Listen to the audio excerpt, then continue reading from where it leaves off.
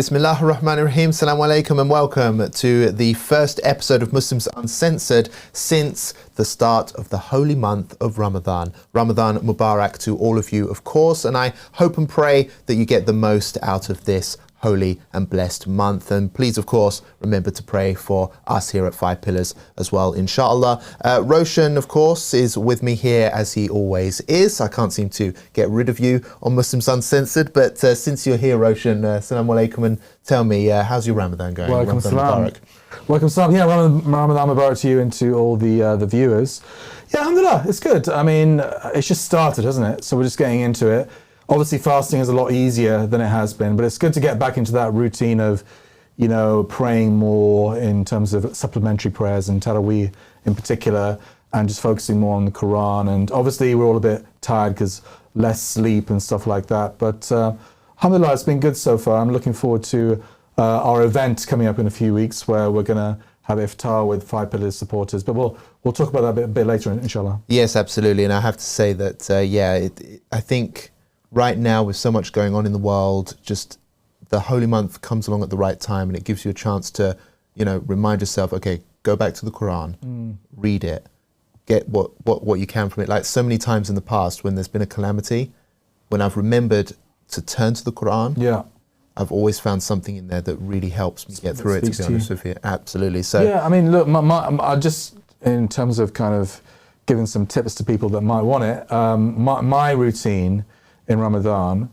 obviously prayer is what we center it around, but praying with khushu', with focus and concentration, really focusing on that. Quran as well, trying to read the Quran for at least half an hour a day, and, you know, really kind of not rush through it, but really focus on the meaning and contemplate and reflect. But also Seerah, I think, is very important as well. You know, try and read a little bit of the Seerah every day and then contemplate on the life of the Prophet sallallahu alaihi wasallam and the lessons that we can learn from that.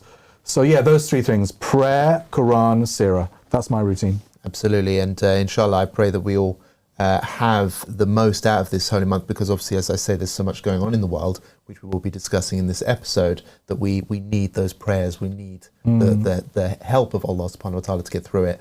So let's talk now about something else which may have caused quite a bit of confusion. So let's just address this first and foremost before we get into anything else. Okay, so we're on Rumble, but we're also back on YouTube, after you announced that Muslims Uncensored was pulling out of YouTube. Yeah. So people watching will be like, what is going on here? So Roshan, why don't you just tell us what's going on? Because I think YouTube and the censorship has caused some concern, maybe. Yeah, so we were having real censorship issues with YouTube. So we decided to take the big step of pulling Muslims Uncensored from YouTube and going to Rumble. We didn't want to do that because obviously we're kind of developing an audience on YouTube, a loyal audience that is following us every week, and we can see from the comments, etc., that they enjoy our content. They're not just like liking it, but they're actually watching what we're saying, and even the dumb things that I say, they're picking up on it and stuff like that. So we didn't really want to move from YouTube, but the censorship was we were getting threatened by stuff, and, you know, thought the sensible thing is to move to Rumble. However, it seems as though, alhamdulillah, it seems as though we've cleared up the issue with YouTube. So therefore, we've taken the decision to move the show back onto YouTube, which was its home, but we are also going to be uploading it on Rumble simultaneously at the same time. So I do encourage you, brothers and sisters. Jamal, I always forget which one my camera is. Is it the middle one or that one over there? Yeah. So brothers and sisters, I encourage you to kind of get those Rumble accounts. We've seen that you are signing up. Actually, more people watched us on YouTube, on Rumble last week than we were expecting, and I think that was to do with our appeals for you to do that. So jazakallah khair for following up on that. So make sure you get a Rumble account and continue to consume our content on Rumble. We will be taking Rumble seriously, because I think one day we probably will get chucked off YouTube. You know, this is the nature of social media platforms. They're run by some of the most evil people in the world, and they don't like Muslims. So as soon as, you know, our sell-by date has arrived, they're going to kick us off. So I think having Rumble as a backup and seriously contributing and posting regular content on Rumble is something that we'll be doing going forward. Yeah, I must admit I haven't used Rumble that much until quite recently, but I noticed how easy it is to use. It's very similar to YouTube in that sense.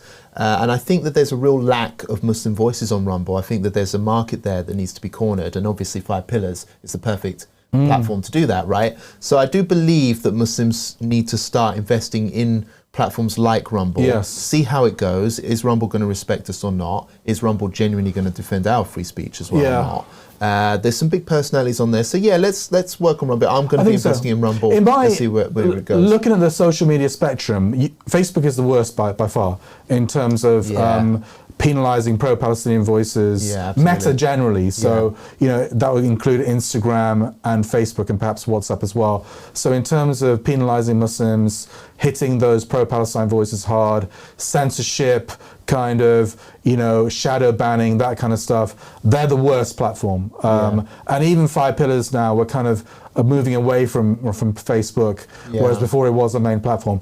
At the moment, Twitter is probably the best in terms of free speech, but that could change overnight, you know, depending what side of the bed Elon Musk wakes up. Yes. So the ultimate thing is that we can't trust any of these platforms, but we'll use them as long as they're of benefit to us. Absolutely. Now, speaking of social media censorship and Instagram and that type of thing, Facebook, this brings us on to the next story, which I want to talk about, which is Shaun King, very well-known American activist and journalist, has embraced Islam on the first day of Ramadan. Went absolutely viral. Allahu Akbar, alhamdulillah. It was a beautiful story, another example of the large-scale conversions to Islam that we're seeing now in the West. And he actually explained briefly why he embraced Islam. He's spoken about Palestine a lot online in the past, but he actually elaborated a bit about what led him to this decision. Okay. I'll just play out now and give you a chance to actually hear from his own words what he had to say. Thank you for allowing me here.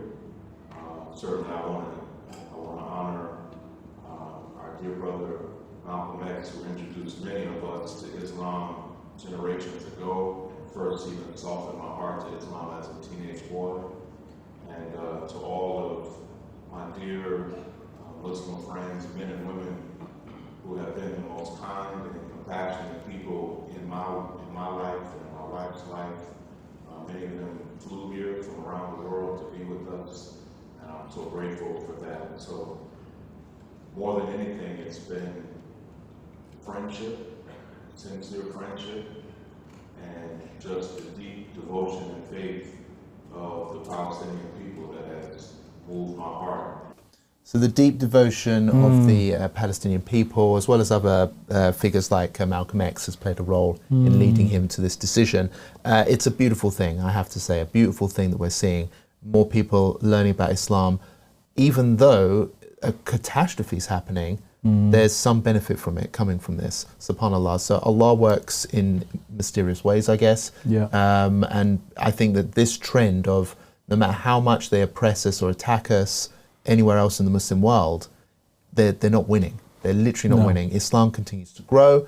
Muslims and people are still opening their hearts to Islam in the West.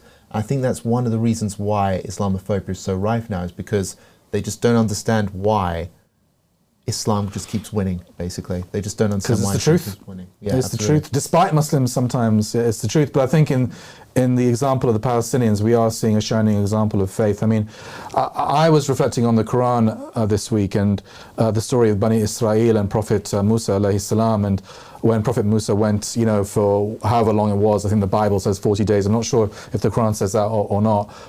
But he went to Mount Sinai to get revelation from Allah, and in his absence, Bani Israel, despite all the miracles that they'd seen, so they'd seen the parting of the Red Sea, they'd seen all the plagues that had come down on Pharaoh, on Firaun, yet despite seeing all that with their own eyes, they took up the golden calf in Prophet Musa's absence, and he was only gone for quite a short period of time. Whereas the Palestinians, I mean, it's been death and disaster rained on them for 5 months now. Yet still they are so steadfast in their ibadah and their faith. And it's a shining example to all of us, I think. And I think non-Muslims are deeply affected by seeing this. Not only Muslims, but non-Muslims are deeply affected and impressed by seeing this. And given that Shaun King, I don't know much about Shaun King, but alhamdulillah, he has a massive platform, I hear. So may he be a light to Islam. May he bring others to the light of Islam. But he mentioned Malcolm X. I'm actually rereading the autobiography of Malcolm X. Oh, really? Yeah, I haven't read it for about 10 years, and I actually got an audio version narrated by Lawrence Fishburne, the American actor, who does an excellent job, actually.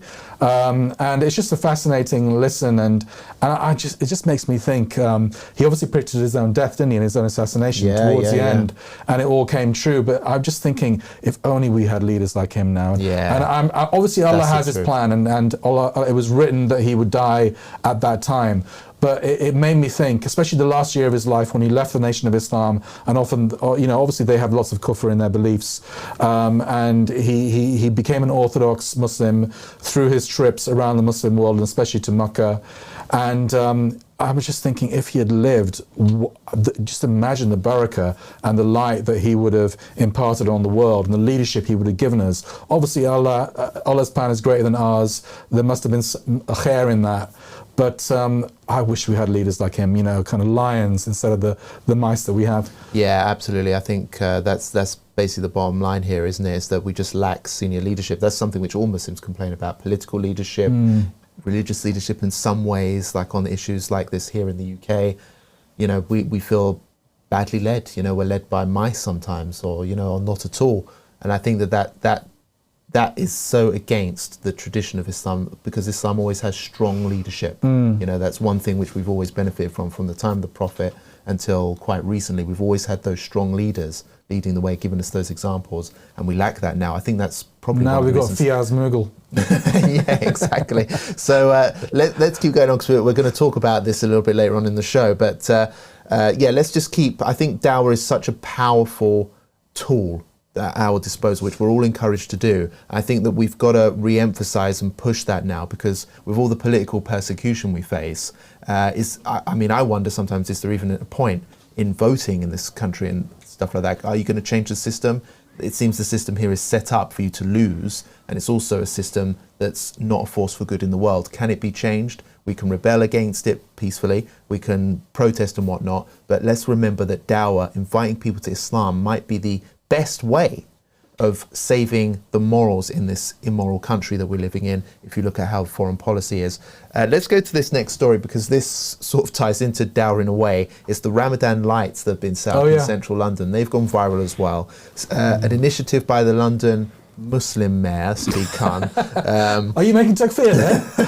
The way you say Muslim there? You should have just done this. The mayor of London, Sadiq Khan, whatever you want to call him otherwise, he's pushed this initiative. And basically, I think a lot of people are saying, well, it's good and so on, taking selfies and all that type of stuff. But let me ask you, Roshan, are you impressed by it? Do you like seeing Ramadan lights Well, I in think central you and London? me are going to pay the Ramadan lights a visit next week. That's right, inshallah, and we'll see for ourselves. I haven't been down there. Obviously, I try to avoid Oxford Street, the Jahannam of London, with all the shopping and consumerism. But I'm not in the mood to celebrate, Ramadan. I'm not in a positive mood. Obviously, our brothers and sisters are being killed, and bombed and starved. Literally, the children are dying of starvation. So I'm not in a celebratory mood at all. Obviously, Ramadan is supposed to be a time of joy, and we must. I don't think we should fall into depression. I think that would be anti-Islamic as well. But I'm not in the mood for Ramadan lights, and I think it's just a few crumbs that Sadiq Khan is trying to throw away the Muslim community, and it's just a kind of a PR thing which glosses over the real problems that exist. So it don't impress me. Yeah, I must admit, it just seems like a bit useless, to be honest. Sadiq Khan as well, he's being attacked now by right-wingers who say apparently he's backed by Islamists, and he's welcoming all of his mates into London and to take over power, basically. But Sadiq Khan, I don't think he's really admired or respected by many Muslims in this country for a number of reasons.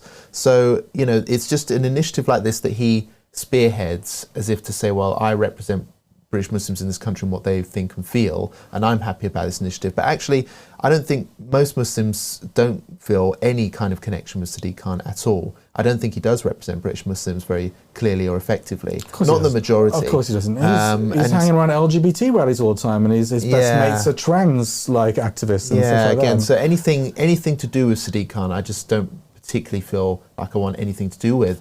as a proud, passionate British Muslim myself, because of things he's done and said. And so, again, Islam's under attack here because of initiative he's done. But I don't know, like Sadiq Khan, like he's under attack from Muslims all the time, criticism and so on and so forth. So, yeah. I mean, I have my own, I just think that someone who knows something is kufr and still defends it. Yeah, I think we know what that person is.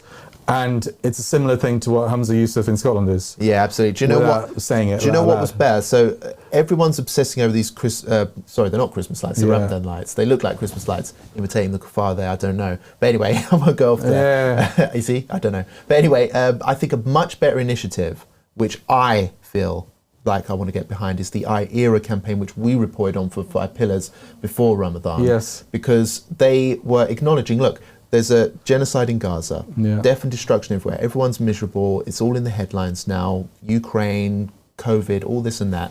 Let's address this issue using the Quran. Let's use it as an opportunity to invite people to Islam and potentially save lives. That was the flavour and the right tone for doing dawah in London. Sadiq Khan with his little fancy pants lights, bringing all of his non-Muslim mates to do a little photo shoot and press a big X Factor buzzer. Is that what he did? They pressed the buzzer and turned them on. And, who turned up? Who was the non-Muslims who turned up? Oh, I don't know, Roshan. I'm not Girls, was it? Probably. Yeah. I don't know, but it's just like I think they should. It's just the wrong tone. It's got nothing to do with us, and Muslims just don't care about it. Here's an idea. Why don't we just? I mean, it must have cost millions to put those lights on, I would assume. Yeah, what waste donate of money to Gaza. Yeah. No lights, donate the money to Gaza. There you go. That was a decent suggestion. And I think if he actually canvassed Muslims about that, that's what they would say. Yeah, exactly. I mean, are Muslims even going to vote for Sadiq Khan in the upcoming mayoral elections? Because, is he really representing Muslim issues? I don't know. But anyway, maybe we should target him and peacefully target him. Get a right-wing Tory in instead. Well, let's see. So there you go. So there's the not Christmas, the Ramadan lights. Let's talk about something very important now, the extremism list. So the UK government is planning on redefining and adding some additional groups to this extremism list that they've tied up. And we're not quite sure who. Might be people we know, let's say, might be on the list. Roshan, what have you got to say about it? Because a lot of people are concerned about it. Unfortunately, this list is probably going to come out tomorrow. Okay. And we're doing the show today. So we might have to do a bit of an update, especially if we're on that list. I think right at the top. I think there's in big, bold red letters. I think there's a 50-50 chance we might be on that list. But I think Cage will definitely be on it. I think Muslim Association in Britain will be on it. Yeah. I think Michael Gove. This is Michael Gove's parting shot because he's standing down as an MP. He has been the most consistent extremist and Islamophobe in government for the last 14 years, whatever it is. And he hates Islamists and he considers us to be Islamists. So I wouldn't be surprised at all if 5 Pillars is on that list. Yeah. He doesn't like the MCB. I mean, MCB are not extremists. They're like the softest of the soft. But I think he fears that they might have a role. I mean, like 5 Pillars or Cage is never going to get around government, whereas MCB they might have a role at the top table of government, like when Labour comes in, I'm talking about. And Mend as well, they might get in. So I think Mend and MCB may be on the list, although I'm not sure. But who knows? But, this is just his parting shot. It's the fag end of the Tory era. As we said last week, they're just trying to appeal to the right wing, bash Muslims as much as possible so they can get as many votes as possible at the next election and do damage limitation. But, they're all out on the backsides, including Michael Gove. This is his parting shot at the Muslim community. Yeah, absolutely. So let's see who's going to be on that list. It will be interesting to see, and also what implications that could have. Do you have any idea of what that could be? Well, the open implications are that government won't be able to fund those groups or have anything to do with those groups platforming. Okay. We don't care about that because we don't want government any money. We keep your dirty money. Keep your shekels or whatever it is. Dollars and your shekels. Is that anti-Semitic? Am I going to get a complaint about that being anti-Semitic? Everyone's anti-Semitic these days. So well, they are controlled by the Zionists and they are controlled by the Americans. So I've got no issue saying that. Keep your dirty money, your government. Anyway, so we don't care about their government money or government funding. But I think what might happen is that they might try and start putting pressure on I don't know, behind the scenes, which we know they do, social media or, organizations or whatever. So, these people are extremists, they're on our list. Yeah. They might try and get us banned from mainstream media, which are already effectively banned anyway. Yeah. So that kind of behind the scenes stuff might be going on. Okay, fine. And I think the definition that exists of the current 9-year-old definition of what defines extremism is vocal or active opposition to British values. That's me. Exactly. I mean, I tweeted the other day that basically what is British values? Like, no one knows what it is. It could be Getting drunk. It could be holding the door open for women and saying please and thank you. Or it could be supporting genocide in Israel. You say one, I'll say one. Football hooliganism. Yeah, genocide, imperialism, colonialism, slavery. Having a punch up in a town centre on a Saturday night after getting bevied. Waving a British flag over, I don't know, like some foreigner's face or something like that. I don't know what it is, but no one knows what it is. Britain is not a force for good on the world stage. We see that in Gaza. I want to continue Islam with it. Islam, on the other hand, is a force for good in the world. So I basically tweeted, well, Islamic values, maybe they are better on the world stage than British values. So as far as I'm concerned, I'm loyal to a higher cause there. I'm like loyal to Islamic values, Yeah, so I get called a race traitor all the time. But then I guess I'm an extremist. I don't know, for being a Muslim. But what can I say? Look, Michael Gove's book, anyone that is anti-Israel is an extremist. Anyone that calls out Western foreign policy is an extremist. Any Muslim who's religious, any Muslim who actually reads the Quran is an extremist. I don't care. Actually, I'm not sure if that's true. I think that the Brits generally, I think the French would care about that, but the Brits, generally, they don't care too much about what you do in your spare time, as long as it's in private, it doesn't impinge on the public sphere. So they probably don't mind us having mosques and praying and eating halal meat. That's fine. Although even that's changing. Even that's considered creeping Sharia. But traditionally, the Brits have been like that. As long as you can pray as much as you want and have your own institutions as much as you want, just don't try and call out foreign policy or Israel or interfere with government policy. Okay, so politically active Muslim dissident voices. Traditionally it's been political Muslims that are the problem, not kind of quietist kind of Muslims. But even that's changing now. Yeah. Okay, so let's see who's on this list. Might be us, so we might be asking for more support. But let's see where we go from there. The UK government has pledged 170 million for Muslim mosques and Islamic schools to invest in security measures amid rising Islamophobia. So this it's like they're gaslighting us from the government. It's like they're beating us with a stick one minute, but then also chucking us a few carrots. Yeah. So it's like you're getting sort of dual personality headlines here. What do you make of this? Because obviously this is the government saying, well, we're not Islamophobic. Yes. We care about your security. Here's £170 million. So two things. What you just said, this is how politics works. When they're going to announce something bad, really bad, they announce something good before. So this is how politics works, because they want to ward off accusations of Islamophobia. So when the people say, oh, you're characterizing vast swathes of Muslims as extremists, this is dangerous and divisive, they'll say, oh no, but we're not anti-Muslim. We gave the mosques 117 million quid in security funding and the War Memorial, which we'll get onto a little bit later. This is how politics work. But basically they're trying to cover something really bad with a few bits of things which are a little bit good. But I would actually say to mosques, I mean, first of all, 170 million over 4 years is not that much amount of money. It's not a lot of money, because it's, 30 million or less a year. And there's already kind of maybe, 1,000 mosques in this country. I'm not sure. Now, actually, we only get a little bit more money than the Jewish community. And there are, by the government's own admission, there are 14 times more mosques than synagogues in this country. But we don't get 14 times as much as money, even though the threat of Islamophobia is much worse than anti-Semitism. We only get a little bit more than them.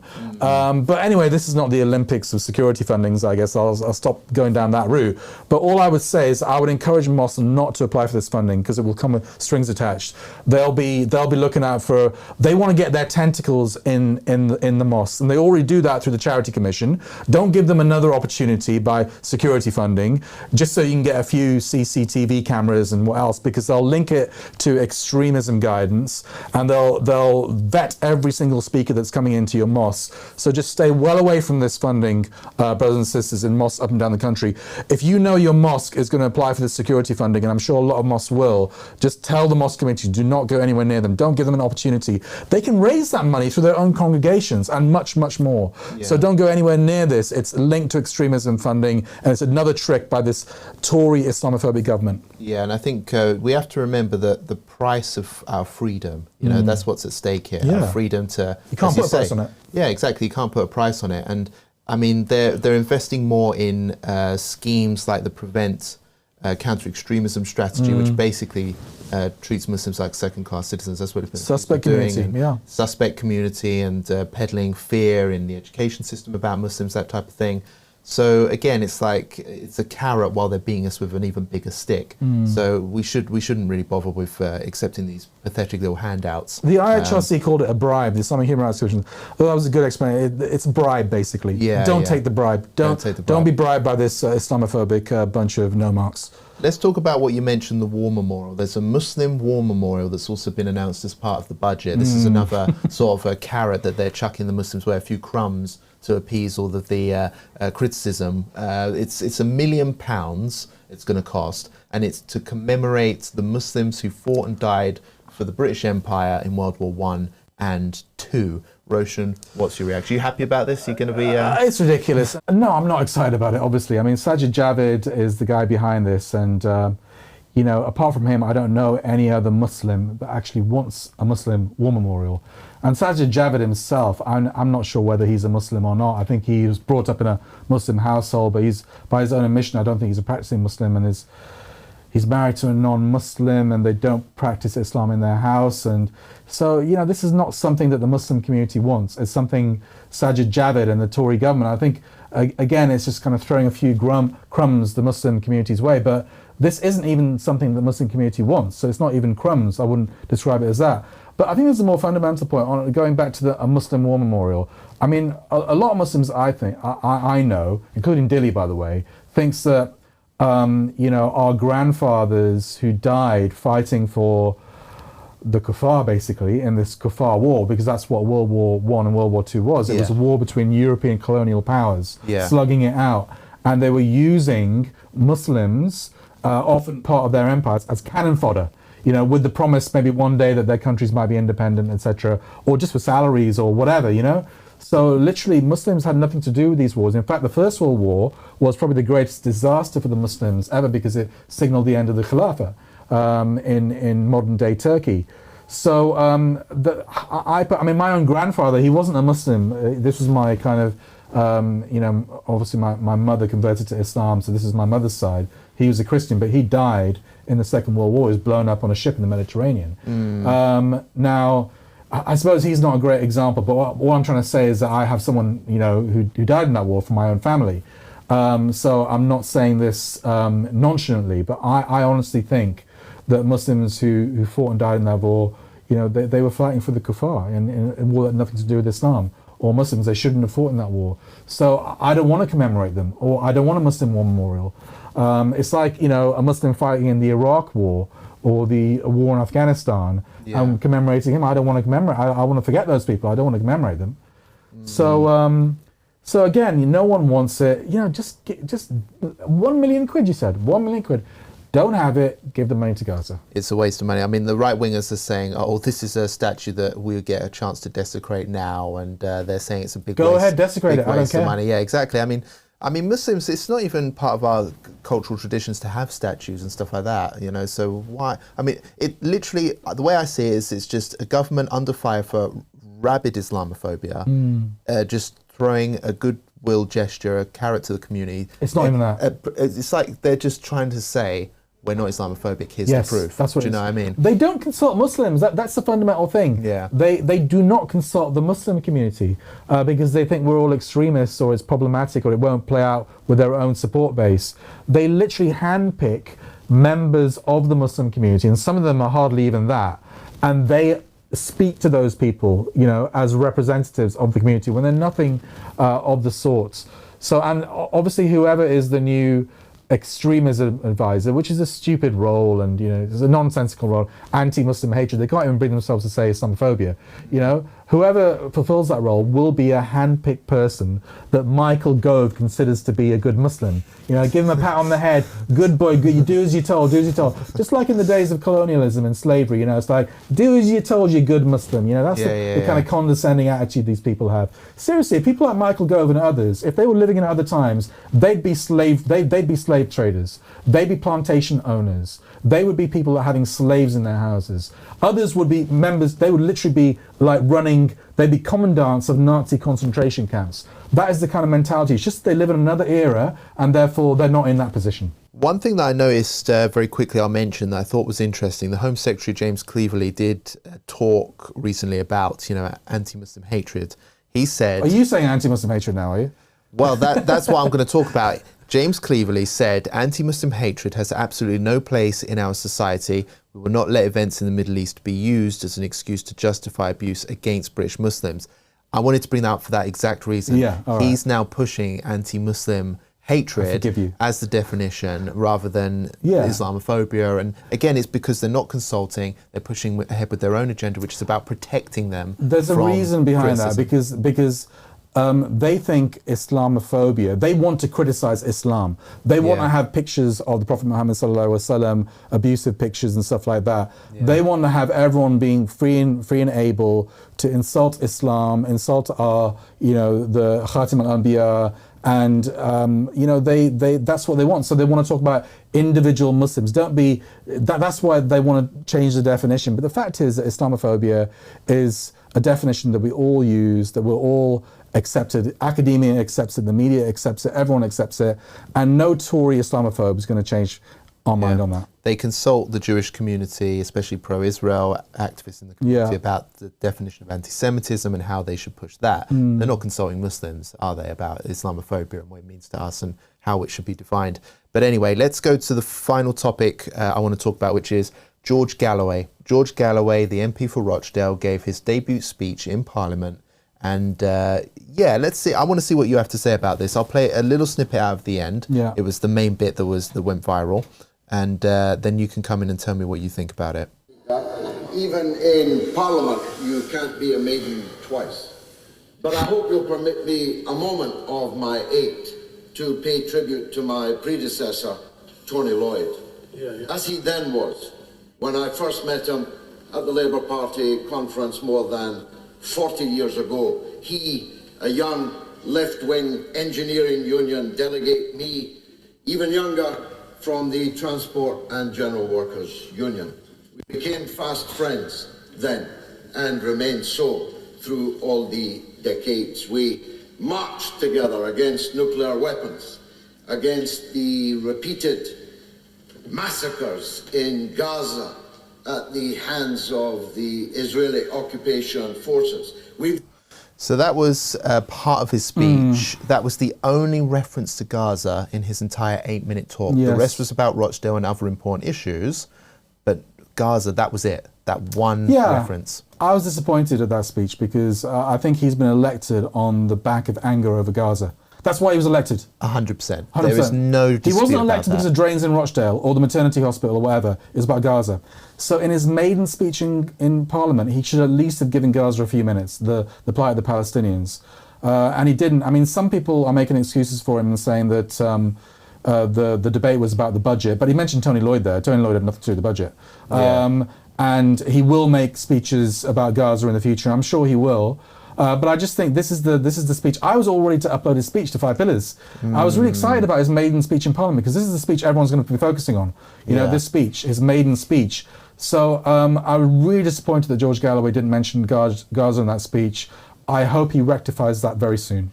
Yeah, absolutely, and I'm sure he will. But yeah, it was disappointing, I have to say. I mean, the fact is, like you say, we were up there and the Muslims in Rochdale, Gaza was their number one issue. The only reason why he's an MP is because of that. And I know he's got a job to do. He's got to represent Rochdale. He's got to represent all of Rochdale as well, including, you know, gas and water issues and that type of thing. But come on, not Gaza once for a second.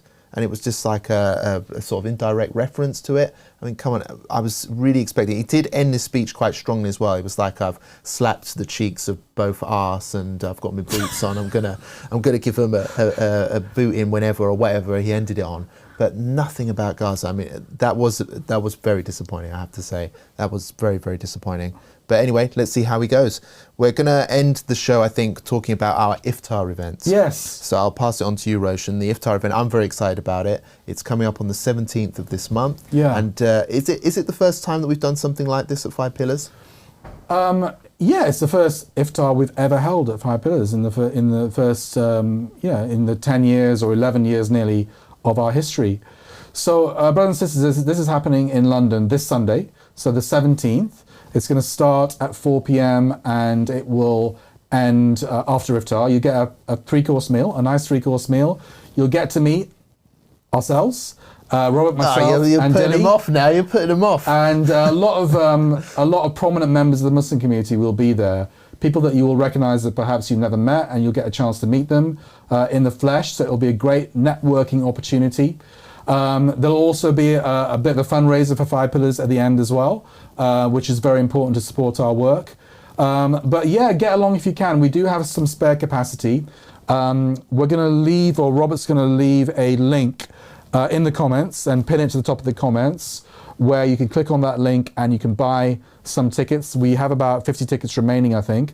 They are going fast. So snap them up and see you there, inshallah, on Sunday. Absolutely. It's in West London, right?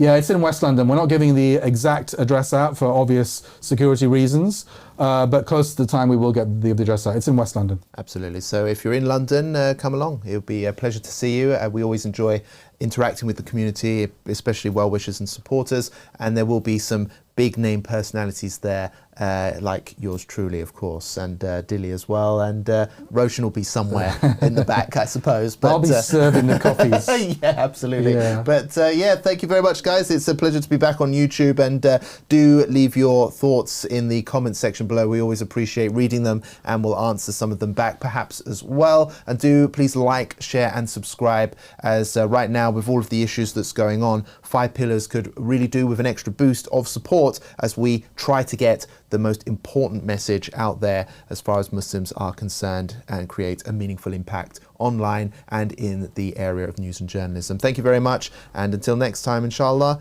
jazakallah khair. Assalamu alaikum for now.